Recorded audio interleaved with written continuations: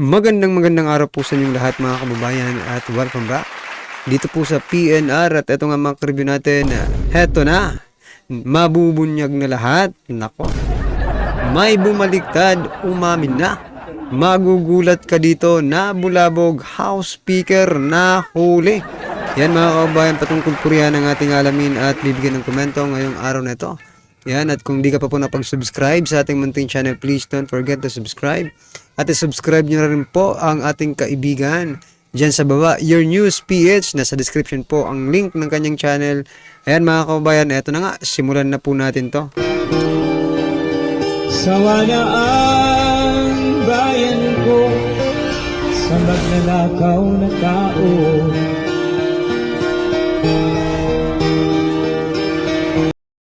Ito ang nakakagulat sa kauna-unahang pagkakataon matapos ang pananahimik ng former politician and former Joel ex-Senator Ping Lacson.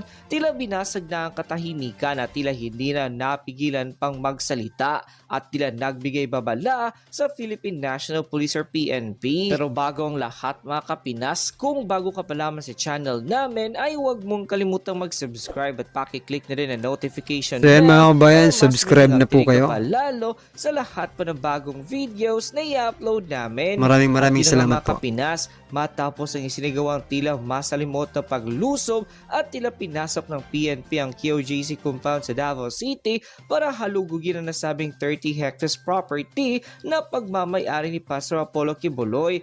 Tila kwestiyon na dating Senator Pamphilo Lacson ang tactical choice ng Philippine National Police or PNP na magbigay ng update sa tila umuusbong na sitwasyon sa Kingdom of Jesus Christ compound sa Davao City sa pamamagitan ng social media. Ayon pa sa kanyang official statement, lampas sa aking pag-unawa kung bakit patuloy na anunsyo ng PNP sa publiko ang pag-usad ng kanilang So yan mga kababayan, baka akala siguro ng Philippine National Police, akala siguro ni Chief Marbel at saka ni General Torre na nakalimutan na ng taong bayan yung ginawa po nila dyan sa Kingdom of Jesus Christ. Yan mga karibin natin, tumatakbo pong senador, si Pastor Apollo C. Kibuloy. Nako, ano kaya ang mangyayari kapag nanalo po si Pastor Apollo C. Kibuloy? Hindi niya rin ba tatantanan si Marbel at si General Torre?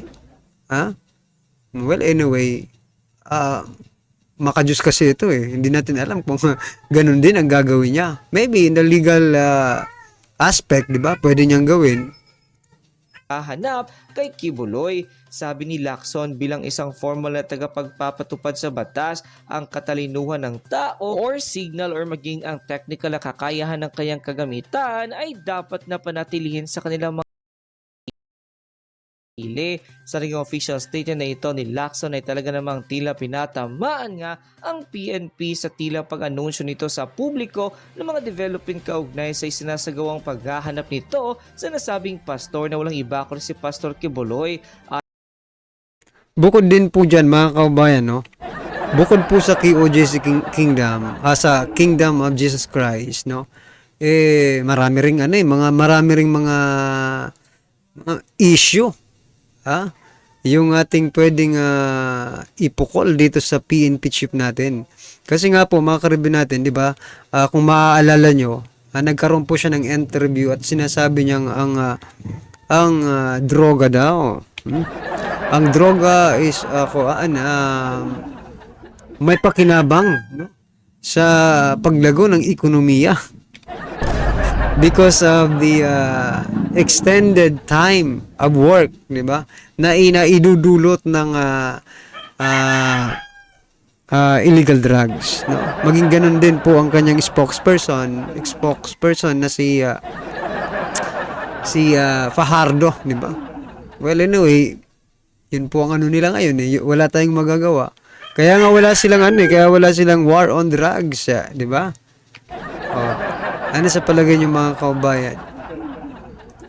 Ayon pa sa kanyang official post sa kanyang social media account, As a former law enforcer, it is beyond my comprehension why the PNP keeps announcing to the public the progress of their search for Kibuloy, human or signal intelligence, and even the technical capability of their equipment should be kept to themselves. And samantala, sa karagdagan pang balita ay sinabi ni Davao City Mayor Sebastian Duterte na ang pwersa ng PNP sa pamumuno ni General Romel Francisco Marvel at Police Brigadier General Nicolas De Loso Torre ay hindi na sumusunod sa tamang pamamaraan sa pagpapatupad ng warrant. Nagdudulot nga ng abala sa nasabing sitwasyon na ito sa mga motorista, negosyo o negosyante at publiko. Humihingi ng paglilinaw ang publiko sa Philippine National Police hanggang kailan nyo ba balak manatili sa KOJC property. Ayon pa sa ring official post sa mundo ng social media, Mayor Sebastian Duterte statement on ongoing raid at the KOJC compound. Opisyal na pamahayag. So ito mga kabayan, pagliliwanag lang, binabalikan lang po natin itong mga balitang ito. Kaya nga review, di ba? Para hindi po makalimutan ng ating mga kababayan. Kasi ito, malaking issue po ito noon, di ba? Noong pinakikinabangan pa nila, no? Yung issue ito. But ngayon mga kababayan, bigla na lang pong tumahimik, no? Hindi natin alam kung ano nang nangyari. Nakasuhan na ba? Kasi ang plano nila noon, kakasuhan pa yung mga KOJC members, mga kababayan. Aba, matindi rin talaga itong si General Torre, no? Pero I think niresbakan na po ito, sila, niresbakan na po ito. Ang ano ko nga lang dito, ang gusto kong i-point out, kung mananalo po ba si Pastor Apollos Kibuloy, re-resbakan niya na ito ng todo-todo.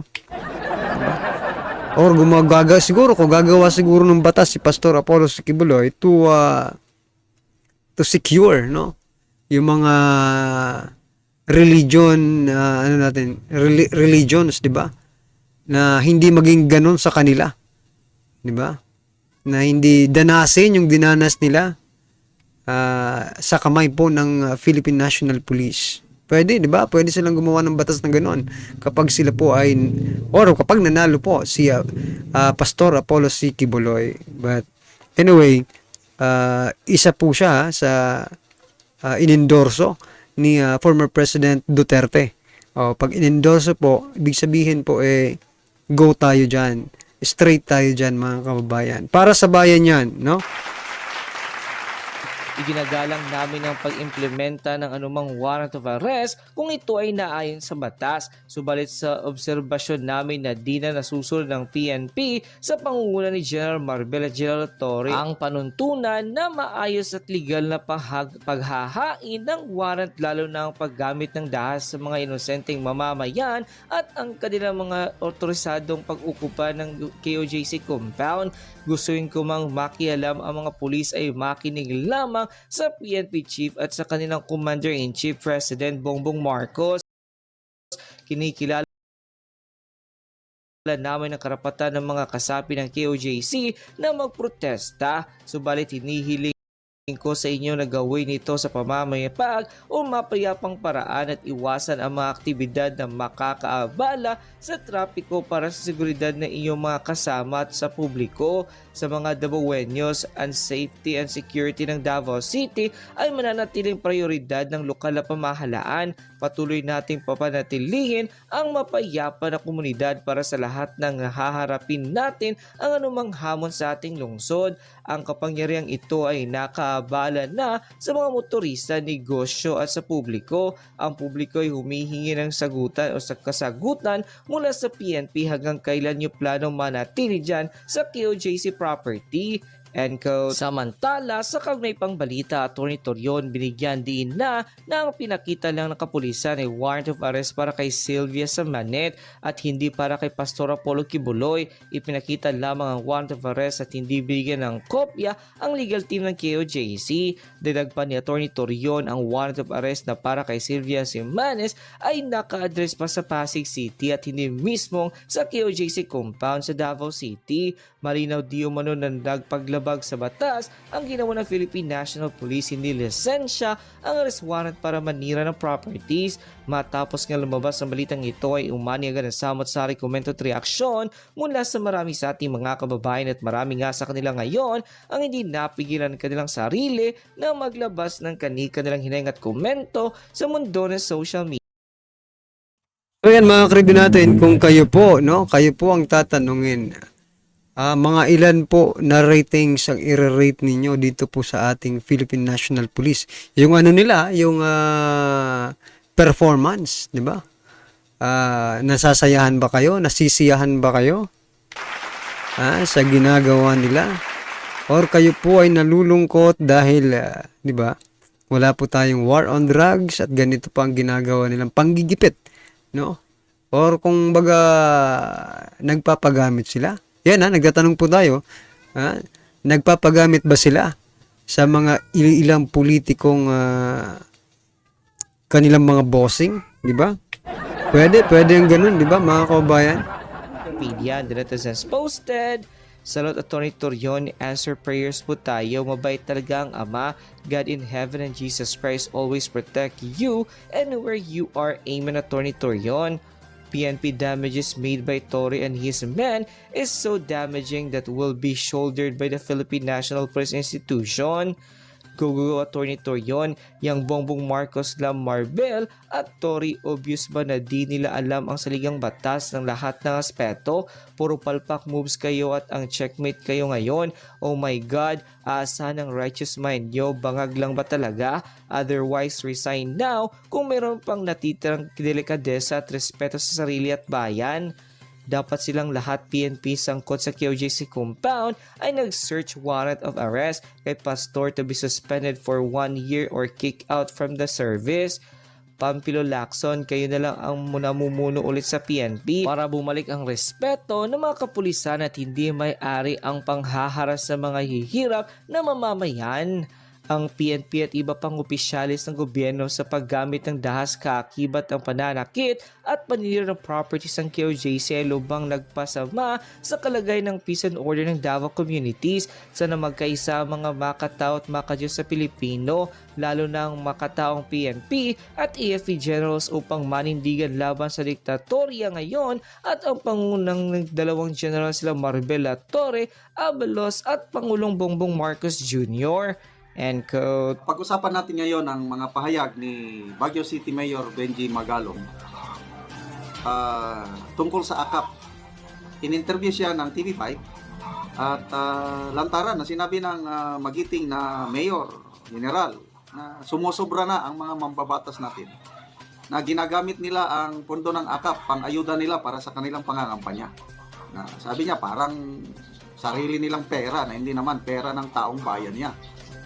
So, nakaka-inspire. So yan mga kabayan, pero yan po ay contrary, no? Doon po sa sinasabi ni Saldico at ni Speaker Martin Romualdez, no? Ang dalawang ito po kasi ay ngayon todo po sila sa pagde-defense, no? Depensa. Dito po sa AKAP na ito, sinasabi nila, si Speaker Martin Romualdez sabi, ang AKAP ay justice, no? Hindi natin alam kung paano nakakam up to justice yung pamimigay ng ayuda. Pangalawa naman po, itong si Saldico, mga kababayan, ang sinasabi niya naman po, ang AKAP po ay to lift up, no? At saka walang anomalya, 100%, no anomaly, no corruption, ang AKAP. At saka ito daw ay to lift up yung level ng pamumuhay ng bawat isang Pilipino. Diba? Or pagtulong sa mga manggagawang Pilipino na nagtatrabaho ng 16 hours. Yun po ang kanyang sabi, no? So todo depensa po sila. But sino po ba ang nagsasabi ng totoo? Yan po ang tanong. Si Speaker Martin, si Saldico, or eto, si Mayor Magalong. inspire na mayroon pang ganitong local chief executive na matapang na nagsasalita para sa taong bayan. Mabuhay itong si Mayor Magalong. So, pakinggan natin itong interview niya with TV5 at bigyan natin ng reaksyon. That even the national government is saying, walang kinalaman yan ng politiko. Sa ganyang sinabi ng national government, ano kaya ang pwedeng gawin ngayon ng mga local government executives? Dagdag sa tanong ni Ami, Mayor, last month, sinabi rin ni Senator Ping Lacson na yung AKAP, yung AIX, yung TUBAL, ay hindi yan pera ng mga legislators. Pero dapat yan, ang gumagastos niyan, mga executives, katulad nyo, mga mayors. May ganun bang sentimiento, may ganun bang sama ng loob, may ganun bang mga concern? Correct po, 'di ba? Tama po mga kababayan, hindi po dapat mga congressman ang gumagastos niyan kasi ang mga congressman po ang nasa legislative po sila. They are not sa executive, no? Oh. Ang mga executive sila po nag-i-execute dapat, no? Pero ang nangyayari, mga congressman Patingnan niyo yung pamimigay ng AKAP, 'di ba? Napakarami pong congressman pinangungunahan ng kanilang speaker. Palagi pong nandoon. Ang tanong, bakit? Yan na ba ang makabagong paggawa ng batas ngayon? Diyan na pa kayo gumagawa ng batas sa pamimigay ng ayuda? Nagtatanong lang po kasi, di ba, kung pagbabasihan mo ang job description, no, ng congressman, mga lawmakers, mga karibin natin, di ba? Gumagawa po kayo ng batas. Hindi ko lang alam. Maybe, gumagawa kayo ng batas, you need to observe, no? Siguro, observation yan nila. Diba? Immersion, kung baga. Estudyante. Diba? OJT, on the job training. Pero hindi naman ganyan yung training ng ano. Diba? Kaya nga lawmakers Pwedeng, doon kayo sa court. De, joke lang mga karibin natin. But what I'm trying to point out, tama po yung sinasabi kanina, na dapat, mga executives, kasi marami yan maraming mayors, diba? Sila po dapat, mga kababayan, ang nag-facilitate niyan, hindi po itong mga congressman, diba? Yung mga local executives katulad nyo, pag nag-uusap kayo, na parang itong dapat ay trabaho nyo ay inaagaw ng mga legislators. It's actually a sentiment that is being shared by many of the local chief executives, either the members of the League of Cities or League of Municipalities. Common yan na problema. Common yan na issue na nire-raise namin. At another issue na nire-raise din namin, Sec. Ronald and Ami, is bakit ayaw nyo i-share yung mga pinapamigay ng mga lawmakers natin? Bakit ayaw nyo i-share sa amin yung listahan? Bakit hindi kayo transparent? Sa amin, pwede nyo i-check sa amin sa social welfare, sa local government kung sino bigyan namin. Why is it na ayaw nilang ibigay sa amin yung listahan? At alam mo, sino ba nakakaalam kung ano situation sa ground? It's the local government and specifically the city social welfare. Kasi meron talagang due diligence na ginagawa yan. Alam nila kung sino talaga nangangailangan ng pera. Alam nila kung sino yung mga indigent kasi nagkaroon yan ng mga survey. May tinatawag doon sa survey na yan, really determine kung sino yung mga nasa list of indigents. Ang nakakalungkot, pag ginawa ka na yan ng Kongreso, ang binibigyan nila supporter, tapos hindi ka basta-basta pwede pumasok.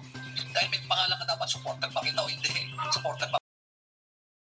Very well said, Mayor Magalong. Diba? Palakpakan po natin.